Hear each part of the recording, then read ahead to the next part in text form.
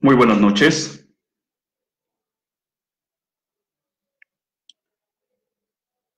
Por favor, me avisan si es que me escuchan fuerte y claro.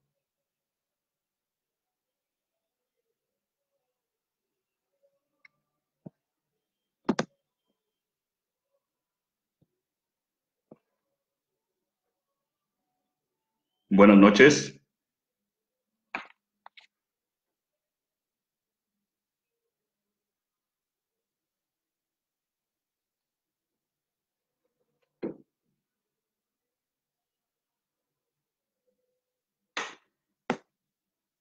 Bueno, esta noche continuaremos con los temas de aplicación de la genética en especialidades médicas. Hoy nos toca el tema 3 respecto al diagnóstico genético prenatal.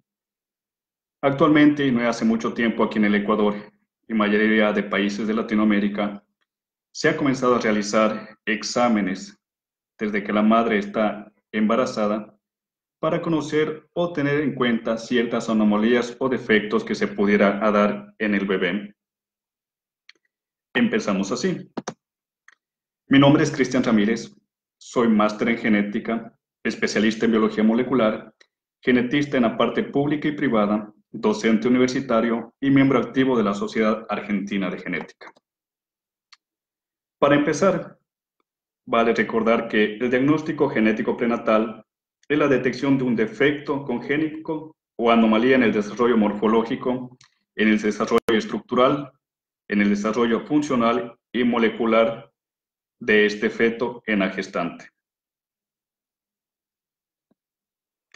Bueno, el interés sobre la salud fetal se comenzó en los años 50, con la introducción de la amniocentesis por un científico de apellido Bevis. Para el que desconoce de esta amniocentesis, es el procedimiento que se realiza a la madre cuando está embarazada y se introduce una aguja guiada por medio por ecografía hacia el líquido amniótico o este líquido en el cual flota el bebé, para la extracción de este líquido y cultivarla y saber ciertas alteraciones o problemas que tuviera este bebé. Se preguntarán de qué nos sirve este líquido. Cabe recalcar que en este líquido en el cual flota el bebé o se mantiene el bebé, existen muchas células que se desprenden de la piel del bebé. Posteriormente, como iba avanzando la tecnología, en 1956, Fuchs y Rees publicaron los primeros estudios sobre la determinación del sexo fetal mediante el estudio de la cromatina X, también conocido como el estudio de Barr-Boris o cuerpos de Barr. Específicamente, ¿qué significa esto o cuál es el procedimiento? Resulta que las células y los núcleos de las células contienen cromatina y en la especie femenina o en las hembras, al contener dos cromosomas X, una de estas cromatinas en uno de estos cromosomas X se condensa y va a dar con métodos especiales la coloración. Así podemos observar que, por ejemplo, al existir dos cromosomas X en las mujeres, uno de ellos se inactiva y produce la coloración o este cuerpo de Barr. No pasa así en el sexo o las personas de sexo masculino, en el cual tenemos un solo cromosoma X y el otro Y, motivo por lo cual este cromosoma X que encontramos en las personas de sexo masculino no puede activarse y no va a estar presente los cuerpos de Barr. A medida que seguía pasando el tiempo, entre 1965 y 1966, por medio de la amniocentesis ya establecida con anterioridad, se extrae este líquido, como ya decía, que contiene células del feto y se puede estudiar alteraciones del tipo cromosómicas que existen en estos fetos. Como ya recordamos en los días previos, los compañeros o colegas ya mencionaron algunas alteraciones en tanto a su estructura del cromosoma como el número de cromosomas. Como ya mencionamos, sabemos que existen 23 pares de cromosomas y 22 de ellos son netamente autosomas y un par de ellos nos da la influencia si es que somos masculinos o de sexo femenino. En 1968, Nadel y Deinzig diagnosticó los errores congénitos del metabolismo. Como tenemos conocimiento aquí en el país, en Ecuador, se existen pruebas conocidas como la del pie o la prueba del talón, en el cual vamos a diagnosticar, en base aquí al Ecuador, a lo que tenemos presente actualmente, 4 enfermedades principalmente, que las cuales las 4 llevarán a discapacidad intelectual, siendo esto las fenilcetonuria, el hipotiroidismo congénito, la galactosemia e hiperplasia suprarrenal.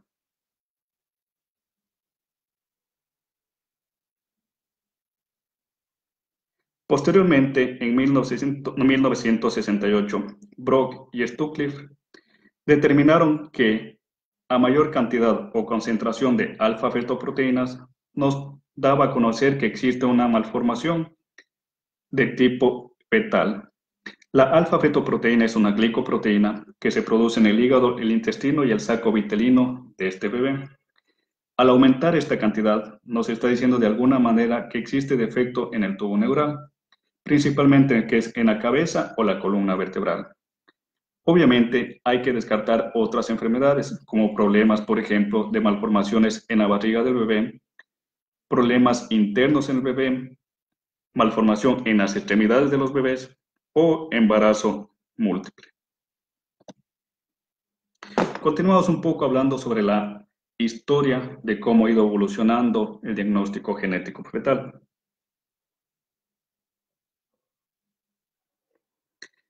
En 1968 se introducen las ecografías bidimensionales, muchos de los cuales de ustedes creo que han visto o han tenido algún familiar que se ha sometido a un procedimiento por medio de ecografías. Cabe recalcar que en ese tiempo eran únicamente bidimensionales, que únicamente servían para ver malformaciones de gran tamaño, ausencias de ciertas extremidades y sobre todo se vieron malformaciones o ausencias de la parte del cerebro del bebé, conocido como anencefalias. Si se fijan en la fotografía, que estoy moviendo el ratón, que espero la puedan ver usted, tenemos la cara del bebé, la cabeza y normalmente debería ir un poco más arriba lo que es el cráneo. Vemos que hay ausencia de la parte cerebral de este bebé y muy probablemente la madre sienta los movimientos de este bebé, lleguen a nacer estos niños, respirar, moverse, inclusive horas o inclusive algunos días. Pero poco a poco irá falleciendo este niño ya que no tenemos el control de nuestro sistema cerebral. En la actualidad existen muchas tecnologías, muchos métodos para poder realizar estudios más complejos, estudios más eficaces respecto a las ecografías. Tanto es así que en la actualidad tenemos las ecografías 6D, que esta nos permite visualizar múltiples cosas en los niños, principalmente lo que es la cara, extremidades, pared abdominal y lo que es la columna vertebral, dando en cierta manera seguridad y dándonos sobre todo a los padres o futuros padres de conocer esa forma o ese tipo de cara que va a presentar su futuro hijo. Cabe recalcar que también con la tecnología actual podemos ya diagnosticar y conocer el 90% de anomalías fetales que encontramos en los fetos y de igual manera las ecografías, como iremos viendo posterior, nos ayudarán a realizar ciertos estudios que podemos realizar desde la vida fetal.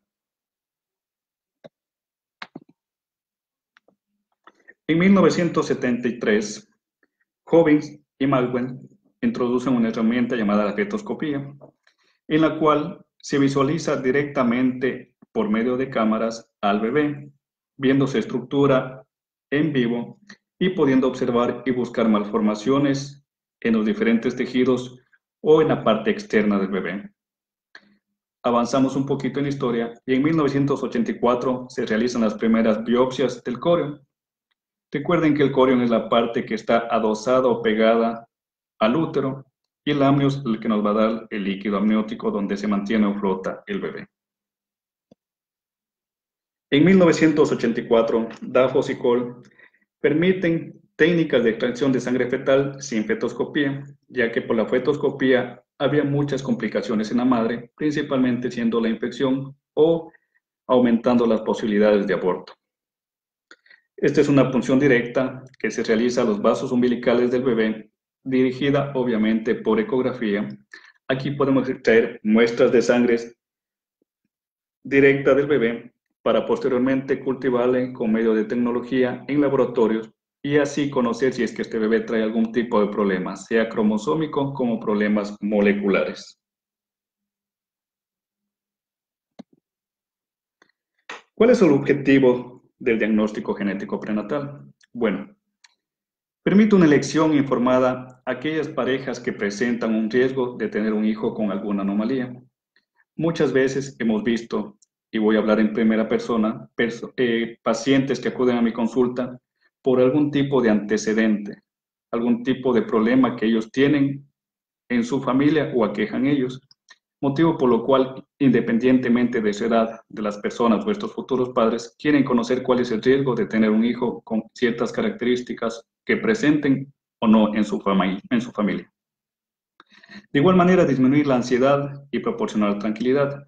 Todos queremos tener hijos saludables que no tengan ningún tipo de problema, ningún tipo de malformación, y mucho más cuando son personas que han tenido hijos ya con anterioridad con algún tipo de problema. De igual manera, por el diagnóstico genético prenatal, podemos ofertar la posibilidad de un tratamiento prenatal a este feto afectado. Mucha tecnología vemos principalmente en Norteamérica, en Europa, en la cual se diagnostica prenatalmente y se oferta un tratamiento. ¿Para qué necesitamos nosotros un diagnóstico genético prenatal? Sobre todo para saber qué posibilidades tiene este niño que al nacer sea atendido en una casa de salud de parte general o un centro especializado. De igual manera, nos ayuda a parejas que posean riesgos genéticos de conocer la presencia o ausencia de un padecimiento congénito en estos niños y así aliviar la inquietud o la ansiedad que presentan. Y la última, más importante para mí y la que más peso y más razón tiene para mí, permitir la preparación psicológica, ya que voy a abordar y detenerme un poquito, a esos padres o futuros padres que presentan un embarazo con algún tipo de riesgo o embarazo con ansiedad. Día a día, los que nos dedicamos a la genética, las personas que se dedican a la pediatría y ginecología, vemos que nacen mayor cantidad de niños con alguna malformación o alguna enfermedad sindrómica como el síndrome de Down. Me ha pasado a mí que veo niños con síndrome de Down, pregunto todos los antecedentes preconcepcionales de la madre, prenatales, y llama bastante la atención que muy pocas de ellas han sido diagnosticadas o muy pocas o casi ninguna de ellas a las cuales les hayan dicho que este embarazo venía con alguna complicación o el riesgo de padecer una enfermedad como el síndrome Down.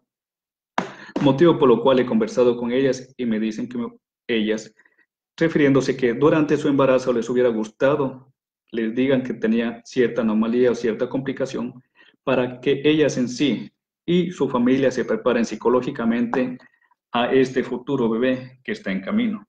Inclusive muchas de ellas me han dicho que si ellos hubieran sabido de estas anomalías o defectos que presenta el bebé ya desde el vientre materno, hubieran optado por la interrupción del la interrupción del embarazo.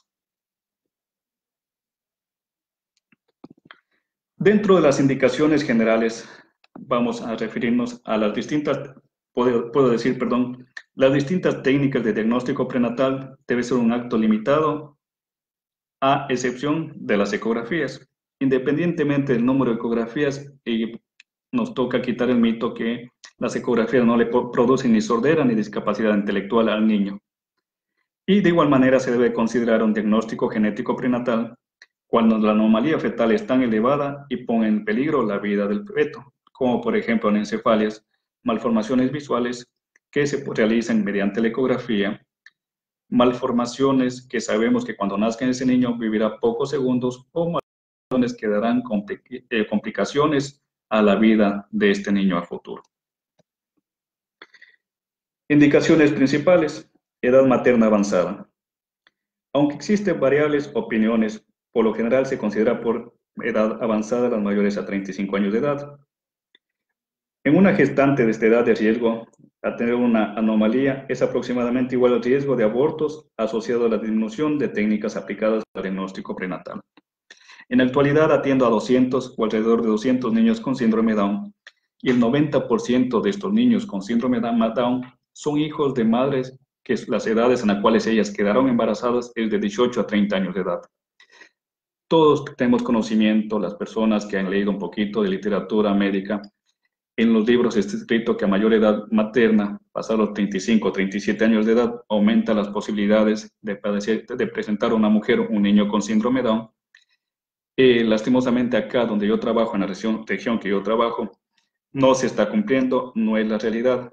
Cada día veo más mujeres de edad fértil o en edad reproductiva de 18 a 30 años que presentan niños con síndrome Down.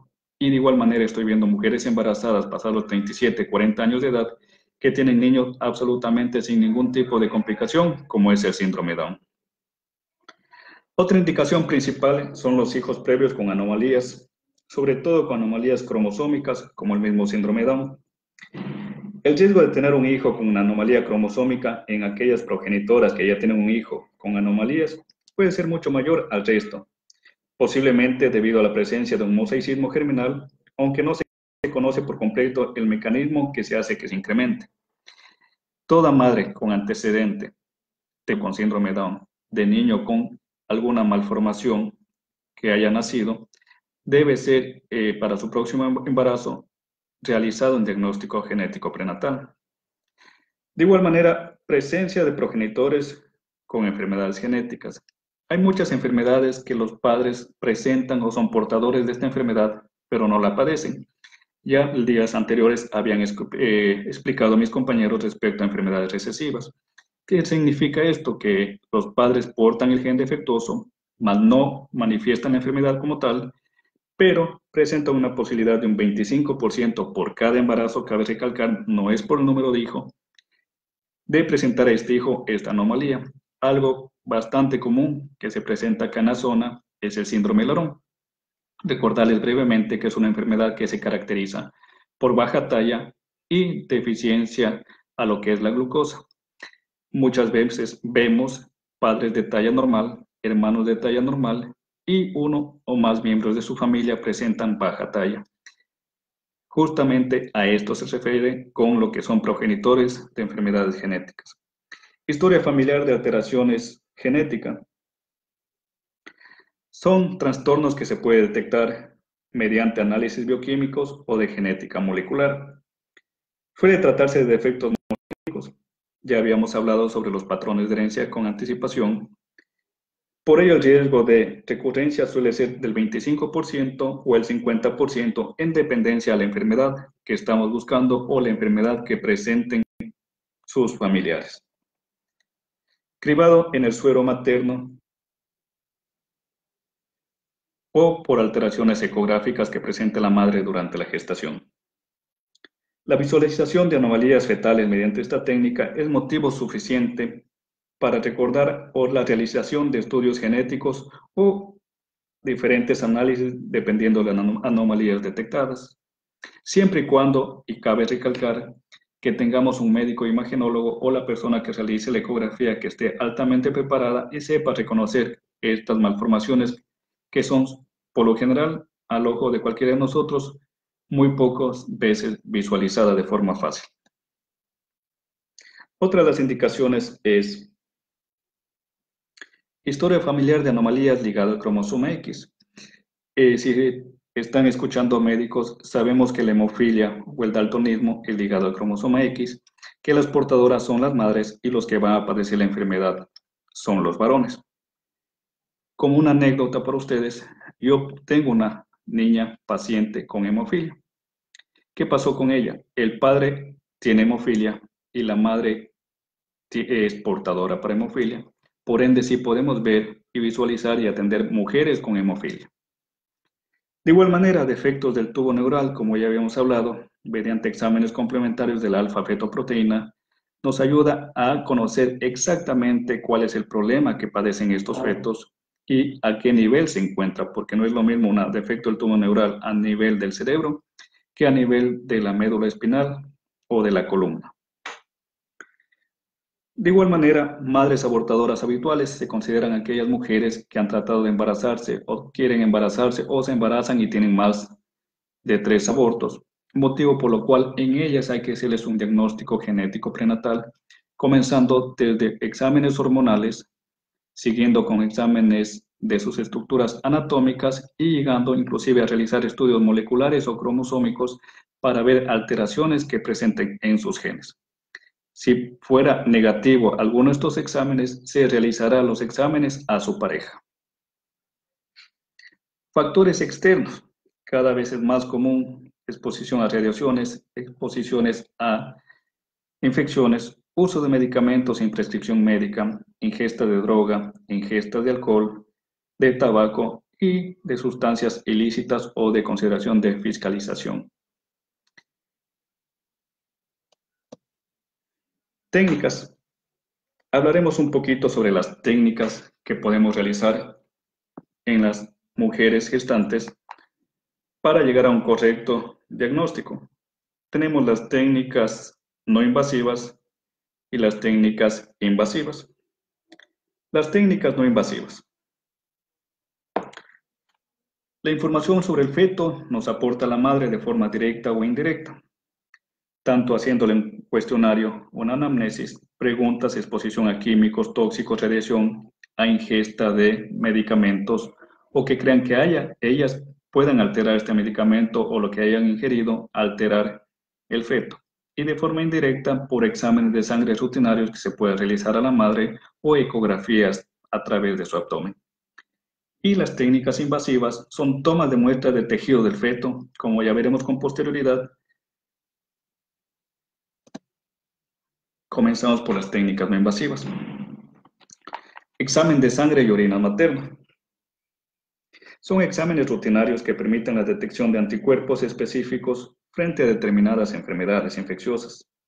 Descarta enfermedades metabólicas en la gestante, como por ejemplo la diabetes, fenilcetonuria. Y de igual manera, es de importancia determinar el grupo sanguíneo de esta madre y si es posible, si está dentro de las personas que habíamos hablado con anterioridad, a las cuales se le puede realizar un examen de citogenética o cariotipo. Continuamos con el cribado en el suero materno. Existe el doble screening y el triple screening. El doble screening se le realiza desde la 10ª semana de gestación hasta la 13ª semana de gestación, de preferencia en la semana 12, en el cual se pide el PA-PPA y beta-HCG. Esta tiene una eficacia de un 97% de decirnos si es que este feto tiene algún tipo de alteración, sea en su estructura o en la parte de una enfermedad sindrómica. Principalmente lo que mucho conoce la población en general, el síndrome Down.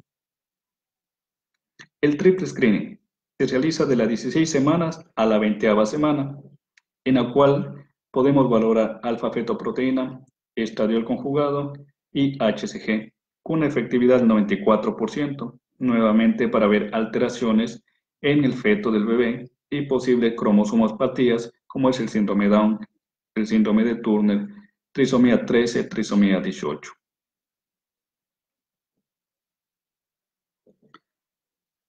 Aquí les tengo un ejemplo de que cuando se realiza screening en primer trimestre y presentamos los diferentes valores. Por ejemplo, un screening del primer trimestre con beta-HCG con valores bajos nos hace pensar en una muerte fetal temprana. Un screening de primer trimestre con PA-PPA con niveles bajos, un parto prematuro que puede llegar a presentarse en esta gestante. El screening del segundo trimestre, como vimos, son 3 hormonas, la alfa-fetoproteína, el estradiol libre y la HCG. Por ejemplo, cuando existen defectos del tubo neural o malformaciones de la cabeza, de la columna vertebral de este bebé, la alfa-fetoproteína estará elevada, el estradiol estará normal y la HCG normal. Otro ejemplo, tenemos el síndrome Down. La alfa-fetoproteína está baja, el estradiol libre está bajo y la HCG está elevada. Cabe recalcar que también existe dentro de la normalidad, cuando tenemos mujeres gestantes con gestas múltiples, obviamente la alfa-fetoproteína estará elevada, el estradiol está normal y la HCG estará elevada. Motivo por lo cual no debemos alarmarnos y debemos realizar un buen examen ecográfico para ver si existe uno o más fetos en ese vientre materno.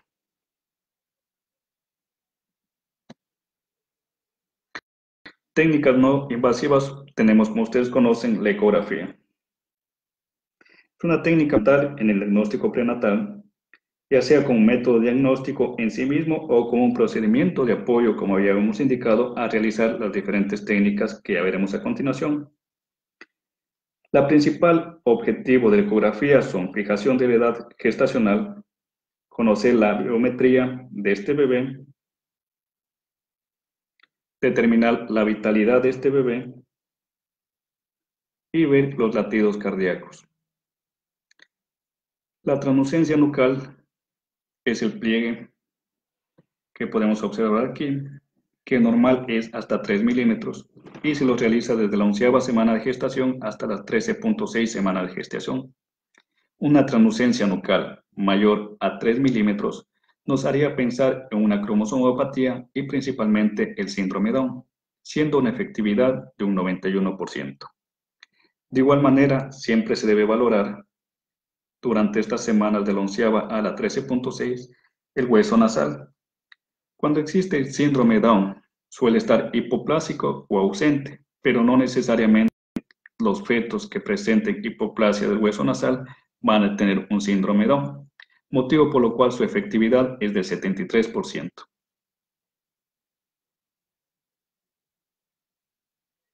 A partir de la semana 18 y 20, una vez completada la fase de desarrollo embrionario, se puede realizar una ecografía de alta resolución que permite detectar malformaciones estructurales mayores en este feto. Como ya mencionaba, nos toca quitar, o para que tengan en conocimiento, que no importa, independientemente del número de ecografías, los niños no van a presentar ni discapacidad intelectual, ni se quedarán sordos. El análisis del ADN procedente de las células fetales de la sangre materna. La circulación sanguínea materna contiene una muy baja proporción de células fetales. Por lo tanto, en 1969 fue clave para el desarrollo de esta técnica, que se basa en la obtención de células fetales mediante un método no invasivo, a partir de la sangre materna, para el diagnóstico de determinados trastornos monogénicos, conocer el sexo fetal y para análisis cromosómico. Actualmente es una técnica en desarrollo que presenta como mayor desventajas la escasa cantidad de células fetales en la sangre o en la circulación materna. Y actualmente no se ha dado con tipo celular ideal para este estudio. Por lo general, los linfocitos fetales parecen ser de mayor candidato, aunque puede dar lugar a resultados confusos o erróneos durante el embarazo. Hasta la actualidad, no se ha determinado el momento adecuado de la gestación para realizar esta técnica o la determinación de la fracción de células fetales. El aumento del número de células fetales en la circulación materna, en los casos de trisomía 21, podría utilizarse como un factor de detección de estas anomalías. Una pregunta que quería realizarles a ustedes. ¿Creen que se debe realizar prueba de screening a toda mujer embarazada? Por favor, en sus comentarios pónganos si sí o si es que ustedes no están de acuerdo.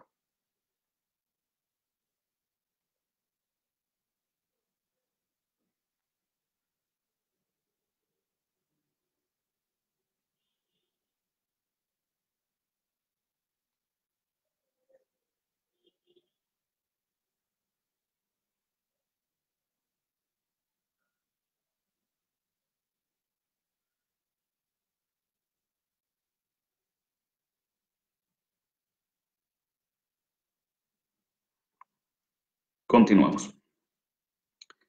Cabe recalcar para las personas que ponían sí o no, que estas pruebas, como su nombre dice, son screening, más no una prueba diagnóstica.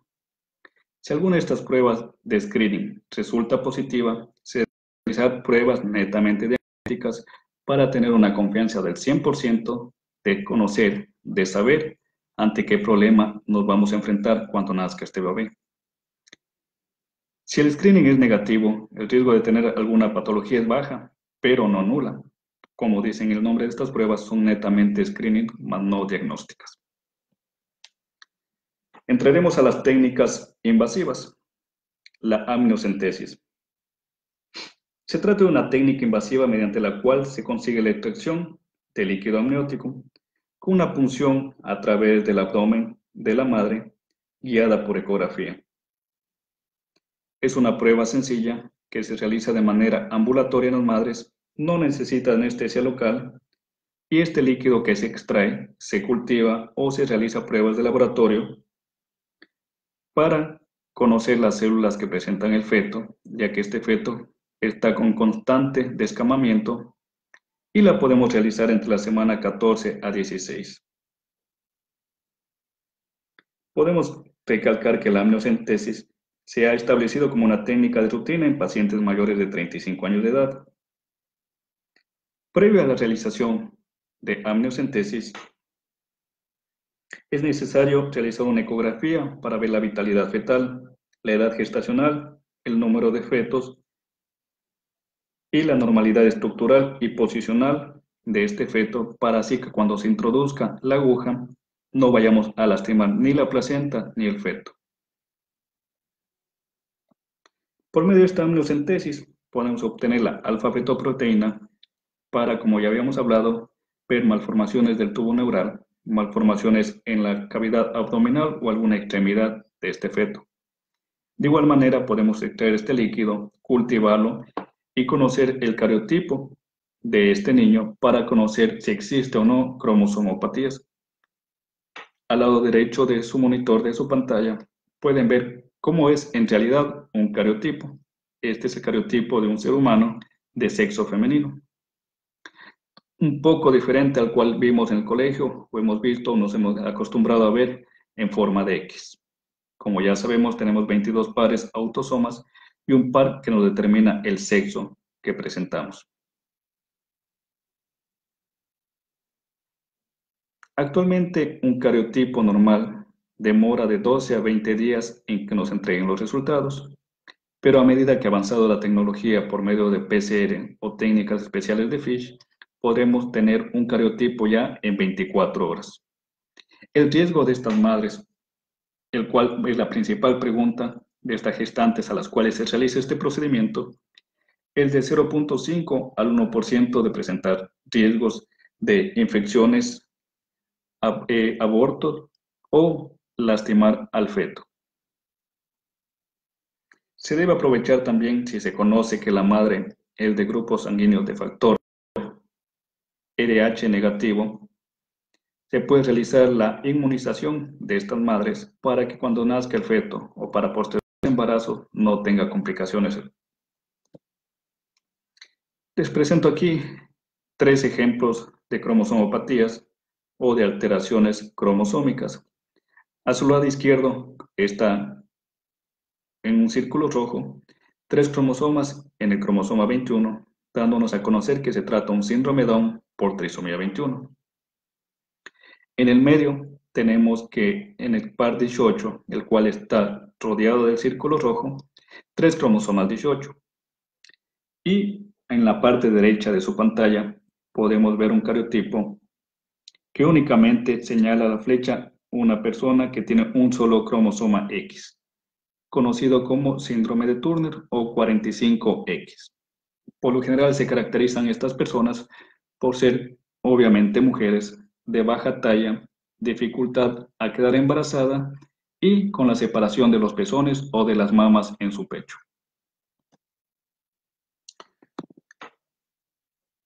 La biopsia corial es otro procedimiento dentro de las técnicas invasivas. Se trata, obviamente, como su nombre dice, de la vellosidad corial, que es el tejido placentario, ya que este tejido contiene tejido troflebástico fetal. Se puede practicar por vía transabdominal o transcervical, dependiendo de la localización de la placenta por ultrasonido. En primer caso se realiza mediante una punción a través del abdomen y posterior aspiración de las vellosidades. En el que requiere una pinza especializada, obteniéndose la muestra a través del cuello uterino materno. En ambos casos es necesario un control ecográfico para el correcto desarrollo de la técnica. Por lo general se realiza estas 2 técnicas entre la semana 10 y la semana 12ª de gestación. Permite la realización de los mismos estudios que la amniocentesis, a excepción de la concentración de alfa-fetoproteína que se realizará posteriormente. ¿Por qué no la alfa-fetoproteína? Ya que esta se realiza en más edad fetal.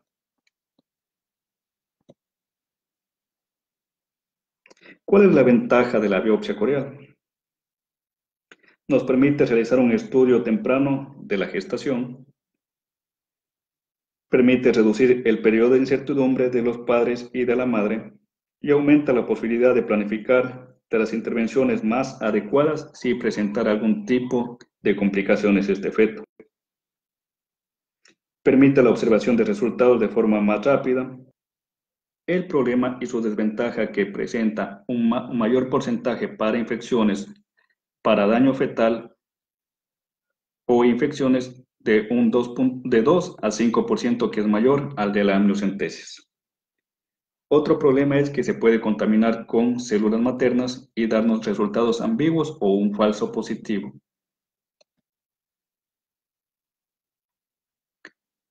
Funiculocentesis. Se basa en extracción de sangre fetal por medio de punción del cordón umbilical, también conocido como cordiocentesis. Al igual que las dos técnicas anteriores, precisa de un seguimiento ecográfico para desarrollar de seguro la prueba. Se reserva para los embarazos en un avanzado estado de gestación, ya que tranquilamente lo podemos realizar entre la semana 19 a la 21. La principal utilidad de esta técnica es la realización de un cariotipo fetal seguro y en un corto periodo de tiempo. Además, permite el estudio de anemia fetal y, inclusive, valga la redundancia, se puede realizar transfusiones sanguíneas. De igual manera, diagnóstico de infecciones como toxoplasmosis y parvovirus en estos fetos.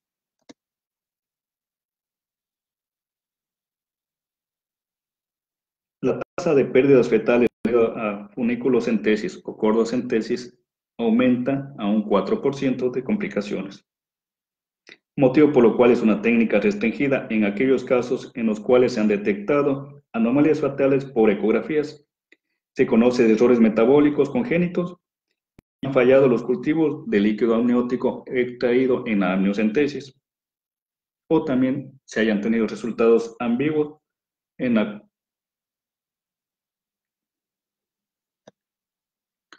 Otra técnica invasiva es la embrioscopía o también conocida como fetoscopía.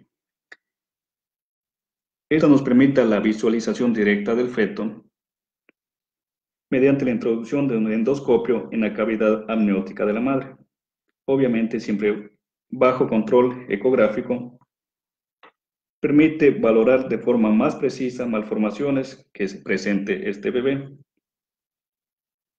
Esta se realiza exactamente o de forma más precisa a las 20 semanas de gestación y requiere de sedación y anestesia local.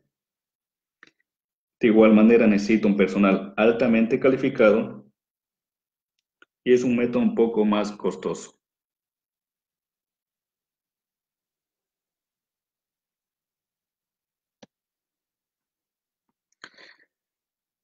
Les indico este cuadro en el cual las diferentes técnicas e invasivas de diagnóstico fetal prenatal, como por ejemplo, la amniocentesis se realiza a una edad gestacional de 14 a 16 semanas, la biopsia corial de 10 a 12 semanas y funiculocentesis de 19 a 21 semanas.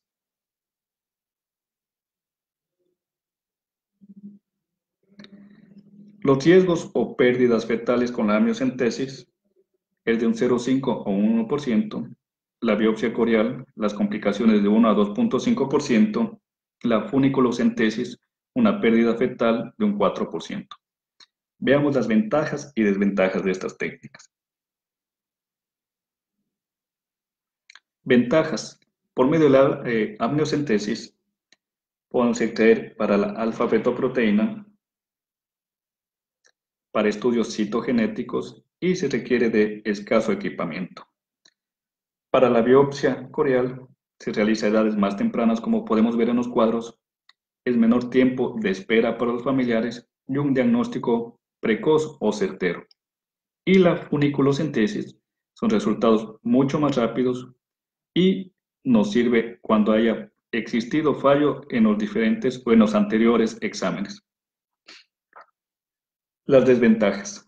En la amniocentesis, escaso tiempo de repetición, avanzado estado de gestación en obtención de los resultados, posibles lesiones fetales y el resultado para estas pruebas nos entreguen demoran de 12 a 20 días. Las desventajas de la biopsia coreal. Puede darnos resultados ambiguos, mayor riesgo de pérdida fetal, contaminación materna de la muestra y no permite el análisis de la alfa-fetoproteína. Las desventajas de la funiculocentesis. Técnica más complicada, mayor y embarazo en estado avanzado de gestación.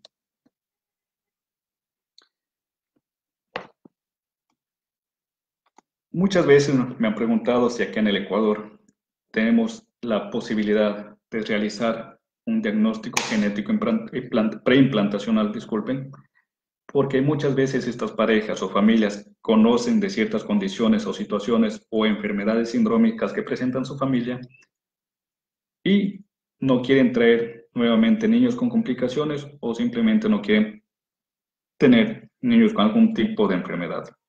Actualmente en Ecuador son pocos los laboratorios o lugares donde se realizan diagnóstico genético preimplantacional.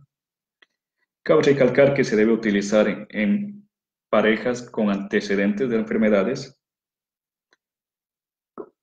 presenten laboratorios técnicas de citogenéticas y de biología molecular, altamente costosos.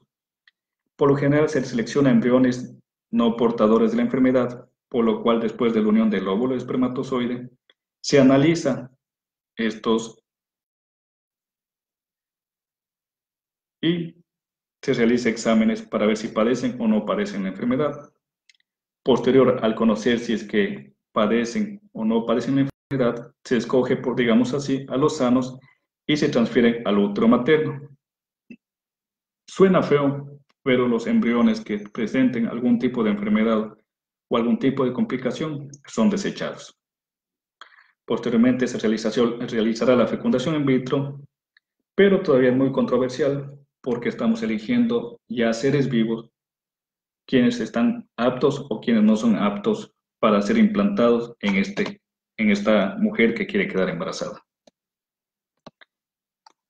Una pregunta, tómense el tiempo que necesiten y posteriormente les explicaré por qué les realicé esta pregunta. Por ejemplo, si una mujer embarazada de 25 años de edad que vive dentro de una plantación donde se cultiva banano, ¿ustedes le recomendarían a esta mujer realizarse un diagnóstico genético prenatal? Me gustaría ver en sus respuestas sí, no y el por qué.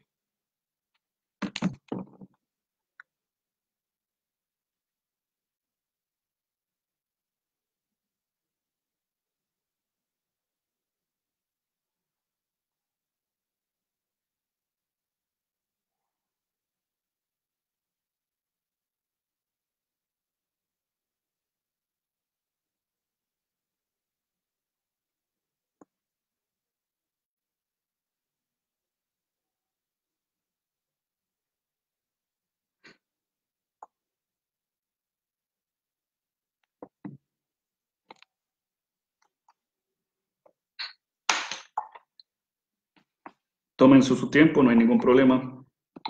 Analicen, piensen la parte en la cual les dije que actualmente existen más mujeres en edad fértil que presentan hijos o embarazo con algunas complicaciones.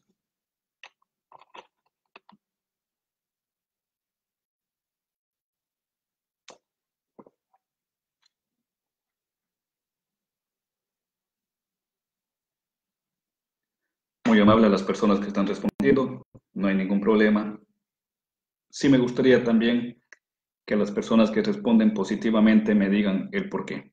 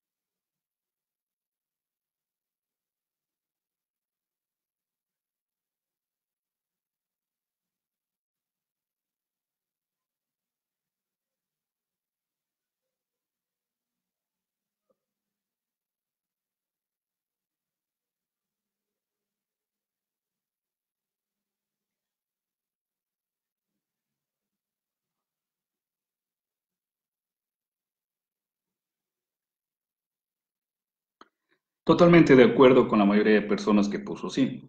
Es verdad, independientemente la edad que tenga esta mujer, he observado a título personal que mujeres que están expuestas a químicos, a tóxicos, presentan un riesgo aumentado de que sus hijos o sus embarazos tengan algún tipo de anomalía o complicaciones. Tanto es así que se está realizando ya una investigación acá donde trabajo, como ya les indicaba con anticipación, que tengo alrededor de 200 niños con síndrome de Down y que el 90% de ellos son hijos de madres jóvenes, que sus edades oscilan entre 18 a 30 años de edad. Cabe recalcar que en la zona en la cual me encuentro yo es netamente bananera, inclusive ustedes a lo que trasladan de una ciudad a otra, hay avionetas que pasan por encima de nosotros fumigando y estas también vuelan con el viento y nos dará una contaminación. De igual manera, se recomienda antes de quedar una embarazada una mujer, independientemente de su edad, de sus antecedentes, realizarse exámenes para ver si tanto su parte hormonal, su parte anatómica son óptimas para que queden embarazadas. Motivo por lo cual la respuesta es sí. Quería acabar esta parte de diagnóstico genético prenatal, la cual hice sumamente sencilla, de fácil comprensión, para que vean que actualmente en el Ecuador ya contamos con muchos métodos diagnósticos, muchos métodos en los cuales ya podemos realizar a mujeres gestantes y lo recomendable es acudir a un médico genetista desde la 10ª semana de gestación para que lleve tanto un embarazo saludable como un embarazo que evite complicaciones en los niños. Quería terminar con ustedes poniendo estas palabras que encontré en un libro de genética y que se apega mucho a la realidad del día a día, del vivir de mis pacientes y de las personas que padecen alguna enfermedad o síndrome genético. No hace referencia estas palabras o lo que está escrito a diagnóstico genético prenatal, sino a las personas que padecen o que presentan alguna condición genética. En términos generales, el diagnóstico no será fácil y no es raro que se demore meses o años mientras el paciente sufra un síndrome de Ulises, como lo conocemos, pasando de un médico a otro, de un centro asistencial a otro y de una prueba a otra, hasta llegar feliz al término de una etiqueta diagnóstica, para empezar otra odisea, la de su tratamiento, sabiendo que muchos de los tratamientos no existen en el país o muchos de sus tratamientos, como su nombre lo dice, simplemente van a aliviar su sintomatología, pero no curar sus enfermedades. Motivo por lo cual, si ya podemos saber desde el embarazo, desde la gestación, podemos anticiparnos y estar mejor preparados para tener un hijo o hija sin complicación alguna. Si gustan alguna pregunta, les podré responder. Escriban por favor, no hay ningún problema.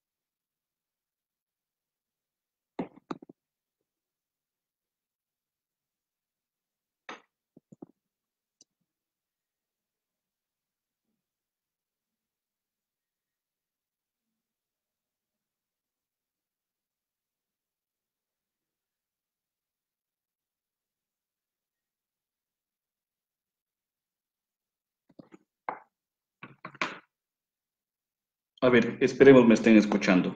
Tengo una pregunta de Brian Carrión. en la cual me dice si es que alguna madre gestante esté expuesto a algún químico o algo externo que podría dar complicaciones en este bebé o el bebé tenga complicaciones.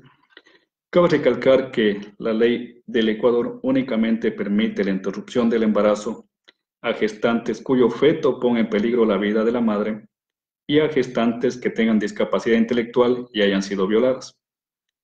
Actualmente, en el Ecuador no existen leyes en la cual nos permita ofertar o realizar interrupciones de embarazo cuando existen malformaciones evidentes en el feto.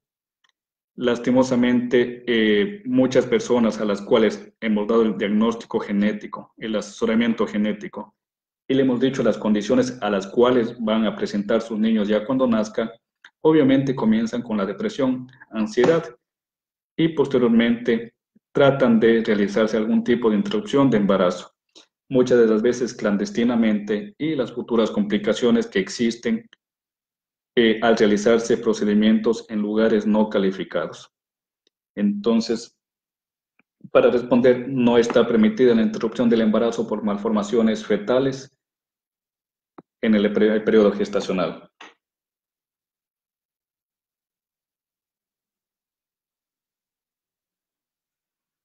Otra pregunta que me están haciendo, Karina Seisibel. Dentro de lo que es las alteraciones cromosómicas, tenemos las alteraciones cromosómicas por aumento o disminución del número de cromosomas y otras que son por alteraciones netamente de la estructura de los cromosomas. Entonces, el FISH o inmunofluorescencia in situ lo que hace es con técnicas especiales colorear estos cromosomas para reconocer secciones de cromosoma que están alteradas o tienen algún tipo de problema y saber exactamente qué enfermedad tienen.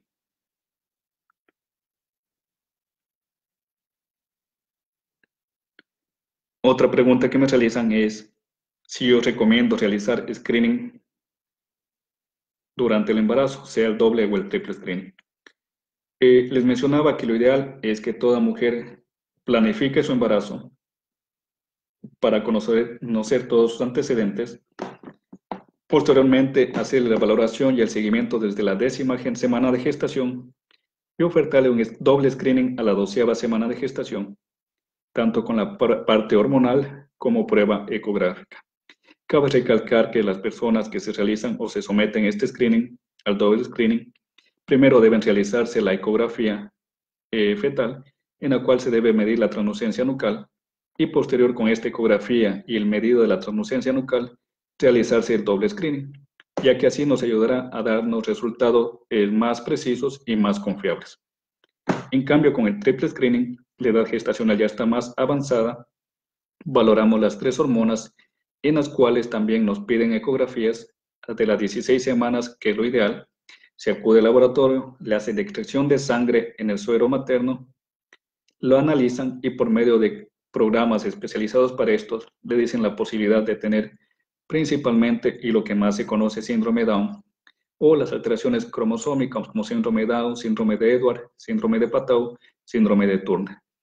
Y algunos laboratorios le ofertan un tipo de gráfico en el cual si el color verde es baja las probabilidades en dependencia de los valores más la ecografía, la de color amarillo un riesgo moderado y la de color rojo un riesgo alto de padecer esta condición.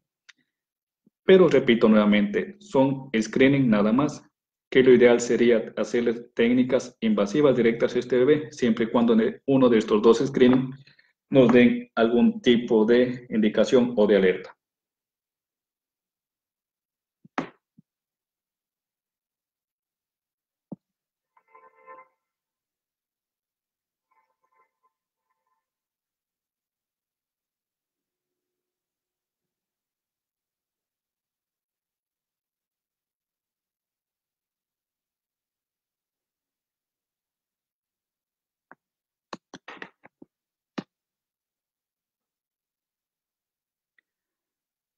Muy amable a todos ustedes. Gracias por habernos seguido. El día de mañana y el día viernes continuaremos con más información respecto a la genética. De mi parte, buenas noches y un gusto haberlos acompañado.